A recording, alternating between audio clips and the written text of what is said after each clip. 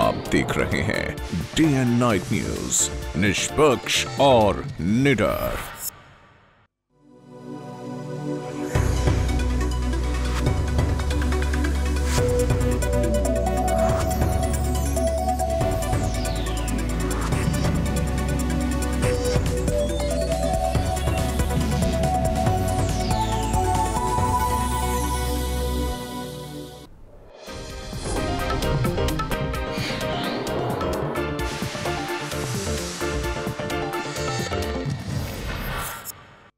नमस्कार, मैं हूं विवेक शर्मा और अब खबरें विस्तार से। यमुनानगर में जगाधरी के कर्ण पैलेस में पहुंचे इनेलो नेता अभय चौटाला ने कहा कि वह कल ही हरियाणा की सरकार गिरा सकते हैं। सरकार के मंत्री और एमएलए खुद ही उनसे संपर्क कर केवल टिकट मिलने की गारंटी मांगते हैं। भाजपा पर प्रहार करते हुए उन्होंने कहा कि भाजपा के पास बूथ और काउंटिंग एजेंट तक नहीं है।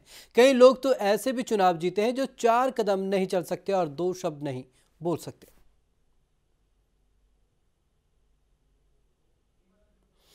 यमुनानगर में जगाधरी के कर्ण पैलेस में पहुंचे इनेलो नेता अभय चौटाला ने कहा है कि वह कल ही हरियाणा की सरकार गिरा सकते हैं।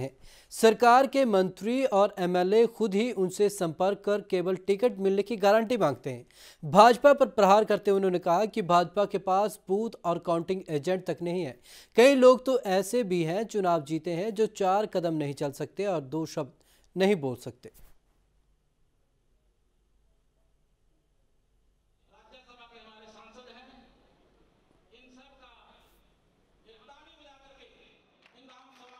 जितनी मेहनत की उसके मुताबिक नतीजे नहीं आए, इस बात की चर्चा मेरे से पहले बोलने वाले आपके बीच में कर रहे थे। ये बिल्कुल ठीक है, मैं भी इस बात से सहमत हूं कि आपने और हमने मिलकर के जो मेहनत करी थी, हम जिस किस्म के नतीजों की उम्मीद करते थे उस तरह के नतीजे नहीं हैं।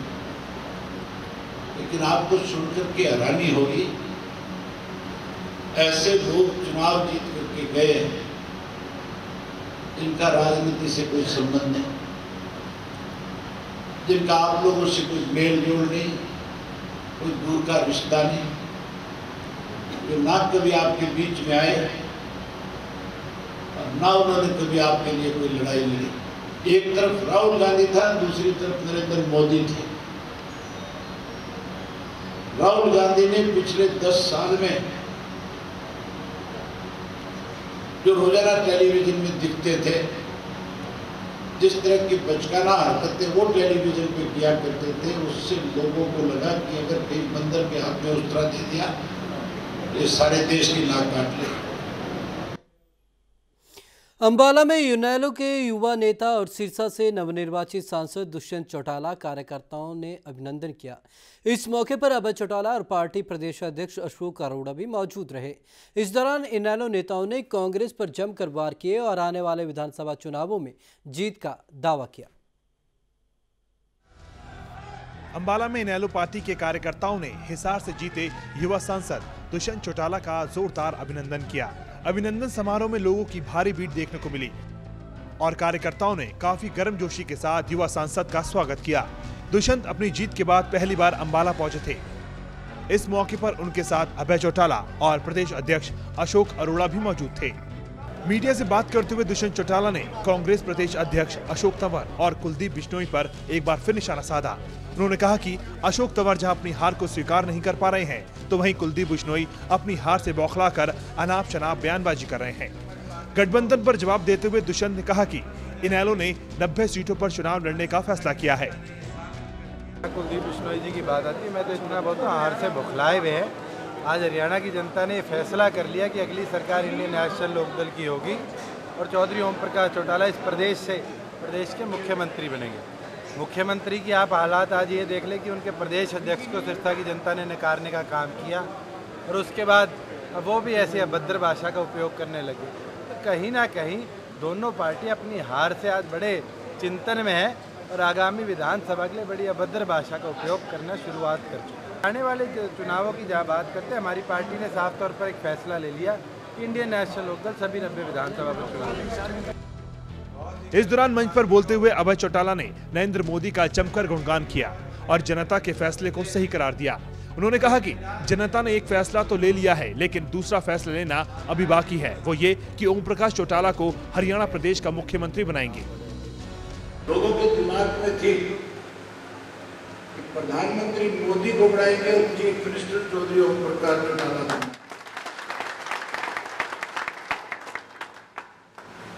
आज आप किसी से पूछ रहे, जिस किसी व्यक्ति से आप मिलेंगे उससे पूछेंगे कि विधानसभा का वोट किसको दोगे, तो सीधा और स्पष्ट उत्तर मिलेगा कि इंडियन नेशनल लोकदल पार्टी को देकर के चौधरी ओम प्रकाश चौटाला को मुख्यमंत्री बनाएंगे। अब आप लोगों को अगली लड़ाई के लिए हमें से कमर कस लेनी चाहिए। इस मौके पर इनेलो के प्रदेश अध्यक्ष अशोक अरोड़ा ने कहा कि ये जीत नरेंद्र मोदी की नहीं बल्कि कांग्रेस की हार है। उन्होंने कहा कि प्रदेश में सबसे पहले इनेलो की सरकार वापस लाने का काम किया जाएगा और दूसरा काम ओम प्रकाश चौटाला को जेल भेजने वालों से बदला लिया जाएगा। नहीं साथियों, भारतीय जनता पार्टी नहीं जीती, ये कांग्रेस पार्टी की हार हुई। हमने तो साथियों जब तक संघर्ष करना है, हमने तो एक तो हरियाणा प्रदेश को कांग्रेस से मुक्त करना है और दूसरा कार्यकर्ता साथियों हमने तो इस बात का भी बदला लेना है कि किस प्रकार से हमारी पार्टी के नेता 80 साल के बुजुर्ग चौधरी ओम प्रकाश चौटाला को आज जेल के अंदर नीचे सोने पर मजबूर करने का काम इन कांग्रेस पार्टी के लोगों ने। हरियाणा विधानसभा चुनाव आने को है, जिसे देखते हुए हर एक पार्टी अपनी विरोधी पार्टियों के वोट बैंक को हासिल करने के लिए हर एक गठजोड़ की तैयारी कर रही है। ऐसे में देखना होगा कि लोकसभा चुनाव में जिस तरह से जनता ने ऐतिहासिक परिवर्तन किया है, क्या हरियाणा विधानसभा चुनाव में भी कुछ ऐसा ही देखने को मिलेगा? ये तो आने वाले वक्त में साफ हो जाएगा। अंबाला से धर्मवीर पासी की report, day night news. Haryana सरकार में मंत्री किरण चौधरी के बयान से सियासी हलकों में गर्मी आ गई है। उन्होंने आज तल्ख तेवर दिखाते हुए साफ तौर पर कहा कि भीतरघात के चलते ही कांग्रेस लोकसभा चुनाव हारी है। किरण चौधरी ने कहा कि अगर कुछ कांग्रेसी नेता नहीं सुधरे तो विधानसभा चुनाव में नुकसान और बढ़ जाएगा। किरण पहले ही सोनिया गांधी से मिलकर पूरे मामले की जानकारी दे चुकी हैं। आज दिल्ली में हरियाणा के नेताओं की मुलाकात का दौर जारी रहा। पहले वीरेंद्र चौधरी ने सोनिया गांधी से मुलाकात की, फिर किरण चौधरी ने वीरेंद्र चौधरी से उनके घर पर जाकर मुलाकात की। ये मुलाकात करीबन 30 मिनट तक चली। मुलाकात के बाद बाहर आकर उन्होंने कहा कि आपसी भीतरघात के कारणों की वजह से ही कांग्रेस पार्टी हारी है। उनका कहना था कि कुछ विधायकों ने पार्टी के खिलाफ काम किया है।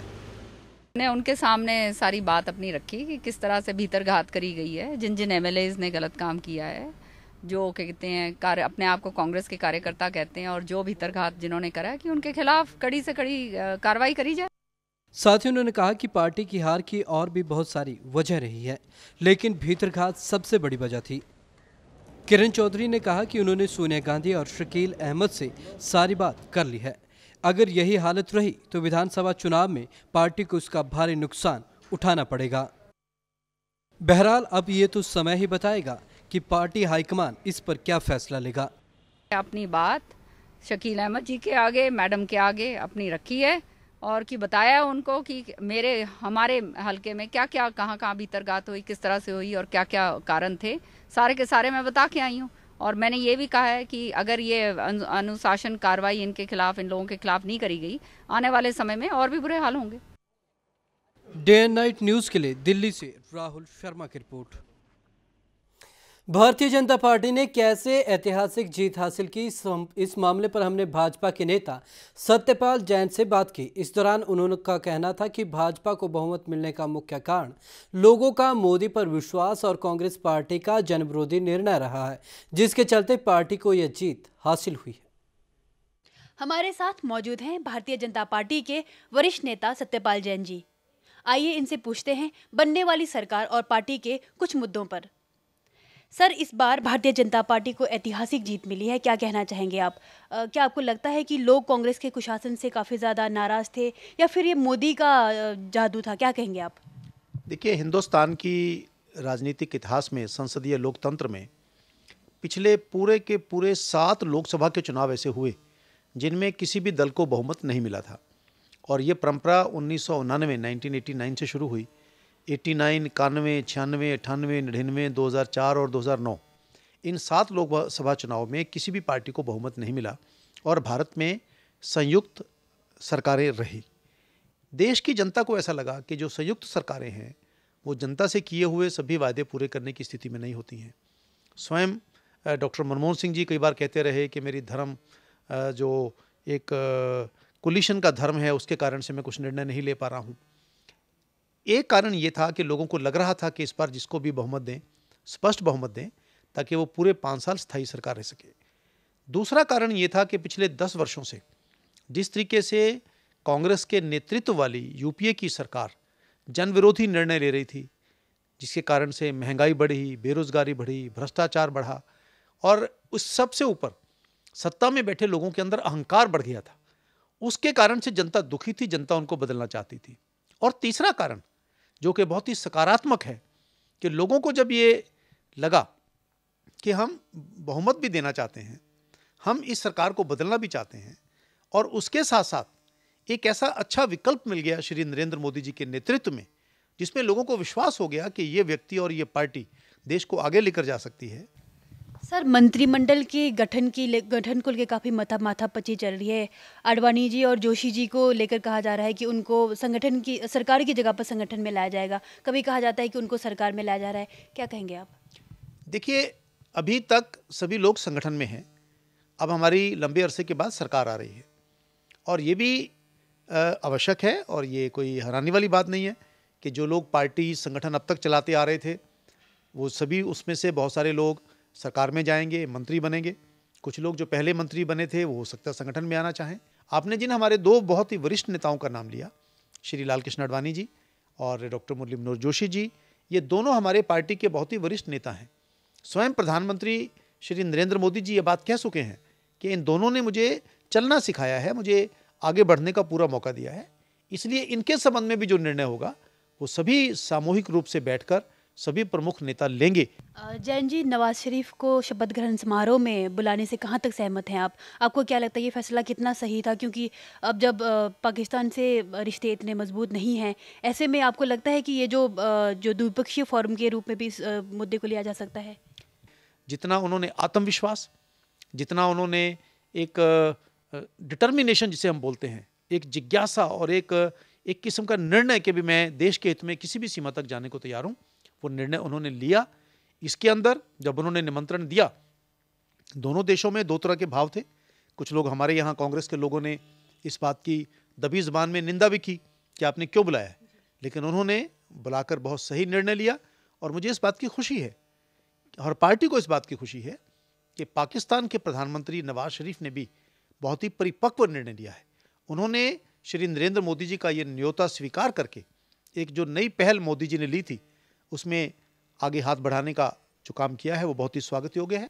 जी, हरियाणा में भाजपा के गठबंधन को लेकर काफ़ी खींचतान चल रही है। इस मुद्दे को लेकर पार्टी के अंदर ही एक राय नहीं है। रामविलास शर्मा जी कुछ और कहते हैं तो अनिल विज जी कुछ और कहते हैं, क्या कहेंगे आप? देखिए, राजनीतिक जीवन में किसी भी राजनीतिक विषय पर अलग अलग राय होना बहुत स्वाभाविक होता है। ये बात सही है कि लोकसभा चुनाव में जो हमारी सहयोगी पार्टी है हरियाणा में, हरियाणा जनहित कांग्रेस, उसको 2 सीटें मिली थी और दुर्भाग्य से वो दोनों सीटें हार गए हैं। लेकिन चुनाव में जीत हार चलती रहती है और ये भी एक वास्तविकता है कि इंडियन नेशनल लोकदल वो दोनों सीटें जीता है और 2-3 सीटों पर वो नंबर 2 पर भी आए हैं। तो ऐसे में कुछ लोगों का ये सुझाव देना कि भी हम इसके बारे में पुनर्विचार करें तो बहुत अस्वाभाविक नहीं है। लेकिन मैं आपको, जैसा मैंने पहले कहा, हमारे जो हरियाणा के प्रभारी हैं, सह प्रभारी हैं, प्रदेश के पदाधिकारी हैं, कोर ग्रुप है, उनकी सलाह से, उनकी मशवरे से जो हमारा संसदीय बोर्ड है जिसमें प्रमुख सभी नेता शामिल हैं, और वो सबकी बात सुनने के बाद अंतिम निर्णय संसदीय बोर्ड में होगा और जो भी देश के हित में, हरियाणा के हित में, पार्टी के हित में और जनता के हित में होगा, ऐसा निर्णय लिया जाएगा। पर मैं एक बात स्पष्ट करता हूँ कि आज के दिन हमारा हरियाणा जनहित कांग्रेस से समझौता है वो अभी कायम है। अब भविष्य में क्या होगा इसके बारे में कभी कोई कुछ कहने की स्थिति में नहीं हो सकता है। जी, हमारा आखिरी सवाल, ये कहा जा रहा है कि जेपी नड्डा भारतीय जनता पार्टी के अगले अध्यक्ष बन सकते हैं। अध्यक्ष रहेंगे या वो केंद्रीय मंत्रिमंडल में जाएंगे, सोमवार शाम को वो सारी स्थिति स्पष्ट हो जाएगी। तो राष्ट्रीय अध्यक्ष भी हमारे यहाँ जो भी निर्णय होगा वो माननीय प्रधानमंत्री जी, पार्टी के सभी वरिष्ठ नेता वो मिलकर तय करेंगे और जो भी हमारे यहाँ राष्ट्रीय अध्यक्ष बनेगा वो राष्ट्रीय अध्यक्ष राष्ट्र के हित में पार्टी को आगे ले जाने का, सरकार में और संगठन में समन्वय कायम करने का, ये सभी विषयों पर वो आपसी चर्चा विचार विमर्श करके पार्टी को आगे लेकर जाएगा, ऐसा मुझे पूरा विश्वास है। जी, हमसे बातचीत करने के लिए आपका बहुत बहुत धन्यवाद। तो ये थे हमारे साथ भारतीय जनता पार्टी के वरिष्ठ नेता सत्यपाल जैन जी, जिन्होंने बनने वाली सरकार के बारे में हमारे साथ विचार विमर्श अपना शेयर किया। कैमरामैन अमनदीप के साथ Priyanka Negi, day and night news, Chandigarh. बच्चों के भविष्य की जिम्मेदारी संभालने वाले अध्यापक ही कई बार ऐसा काम कर बैठते हैं कि बच्चे उनसे ही शिक्षा लेने के बजाय गलत दिशा भी पकड़ बैठते हैं। कुछ ऐसा ही ड्रामा जगाधरी में लेबर कॉलोनी में सरकारी स्कूल में हुआ। स्कूल की हेड टीचर ने ही स्टाफ की दूसरी महिला अध्यापक व स्कूल मैनेजमेंट कमेटी के पदाधिकारियों पर उन्हें परेशान करने के आरोप लगाए। जगाधरी की लेबर कॉलोनी के सरकारी स्कूल में चल रहा यह ड्रामा कोई नया नहीं है। स्कूल स्टाफ व बच्चों की माने तो इससे पहले भी यहां पर इस प्रकार का ड्रामा कई बार हो चुका है, लेकिन इस बार ऐसा क्या हो गया कि पुलिस को मौका संभालने के लिए स्कूल आना पड़ा। स्कूल के हेड टीचर भावना की माने तो स्टाफ की दूसरी महिला टीचर उन्हें जानबूझकर तंग करती है। वह धीरे धीरे स्कूल को सुधार रही थी, यही बात उन्हें सहन नहीं होती। 1 साल से लगातार उन्हें तंग किया जा रहा है। एक मैडम कर रही है परेशान, स्कूल की टीचर। हाँ जी, शुरू से इंचार्ज थी वो, पहले स्कूल की इंचार्ज थी। उसे ये दुख हुआ कि ये मेरे ऊपर क्यों आ गई, क्योंकि मैंने सुधारना शुरू कर दिया स्कूल कि मैडम ऐसे नहीं चलेगा, मिड डे मील वो कर। स्कूल के बच्चों की माने तो भावना मैडम उन्हें बाहर धूप में बैठाती हैं, साथ ही वह उन्हें भी बिना वजह तंग करती रहती हैं। बाहर बैठाने के लिए वह ब्लैक बोर्ड भी बाहर लगवाने की बात कहती हैं।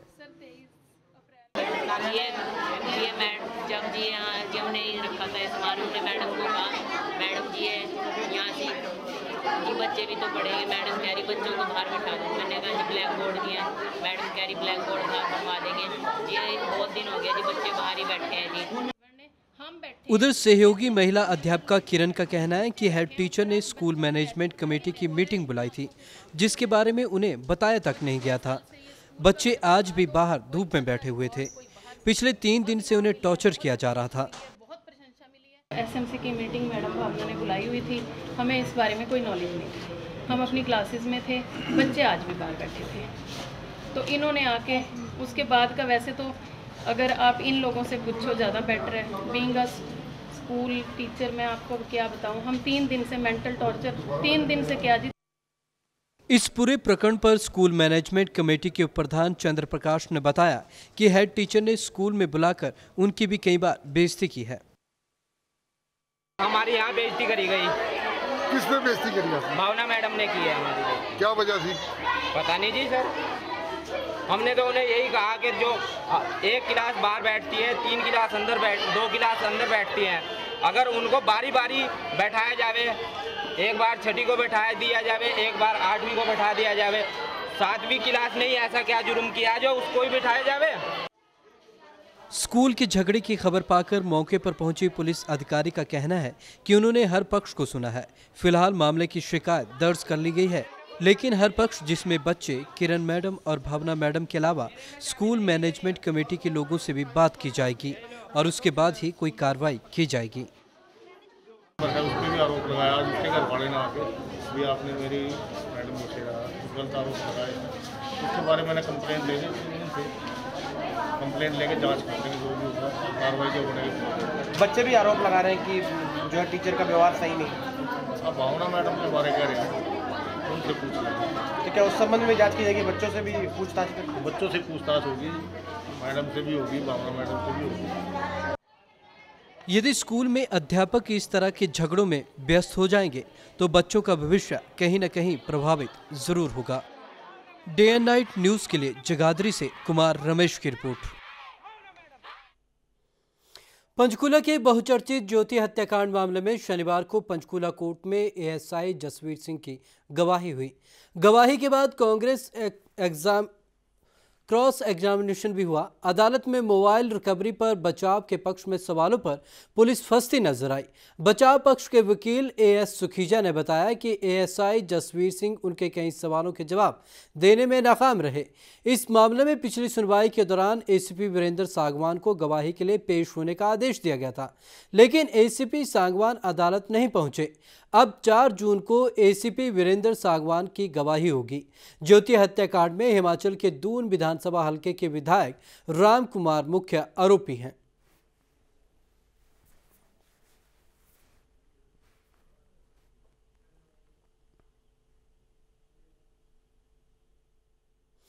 हरियाणा समाचार में अब तक के लिए बस इतना ही। विवेक शर्मा को दीजिए इजाजत।